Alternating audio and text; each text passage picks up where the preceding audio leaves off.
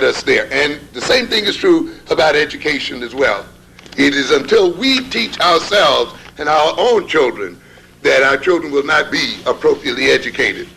Black economic development is something that we ourselves must engage in. I just want to make one statement, and I'll wind it up here. I want to read just this piece I thought sort of interesting by Tony Brown in the Black American, called Racial Anxiety. Long ago, I arrived at the conclusion that the major socioeconomic and political problems facing black people were primarily due to a mental health problem.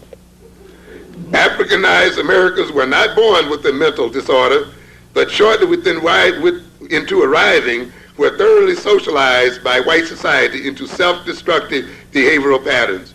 I call it racial anxiety. It crosses all class and economic lines. Self-inflicted wounds are everywhere.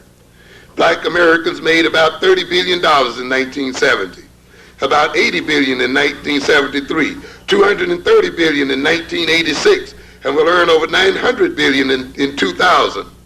And the projection is that in 2000, when we make $900 billion, about 70% of black men will be unemployed. 70% of black women will not have a man. 70% of black children will be raised without a father. From these figures, you can see that our community deteriorates as we earn at an exponential rate. So we're getting rich and deteriorating at the same time. Many black teens are reading at a level below their grandparents. Education and hard work are perceived as whitey's thing. Manners and politeness are perceived as character flaws. Interesting. Older blacks are afraid of the black generation behind them. Blacks who succeeded professionally and economically are praised for leaving less fortunate blacks behind. Sort of reminds me of that piece in Black Enterprise, the 25 black executives. Is that the highest point to which we will aspire, ladies and gentlemen? To be number 2 men in white men's corporations? Why can't we praise those black men who succeeded independently in some way or another? They will only mingle with other blacks at MLK celebrations approved by white. Busing black children to white people fail both to educate them or make them acceptable to whites, but we insist on more busing. So it reminds me of the educational situation. The more money we've given to education, the worse the education has gotten. What's the solution? Put more money into the system. We hear it again and again. Maybe that's,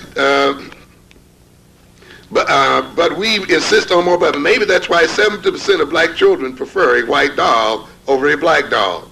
Black colleges have succeeded in educating 7 out of 10 blacks who attend. White colleges graduate 3 out of 10 blacks, are called failures and examples of segregation. And you still, that's like that question, what does Jesse want? What need do we have for black colleges? You hear somebody try to be dignified and asking that question and trying to be profound. And yet we can see that it is still the black college that is producing as against the white college. But somehow we bring into question the need for a black college, and in a way we have yet to get some truly black colleges. Some black women want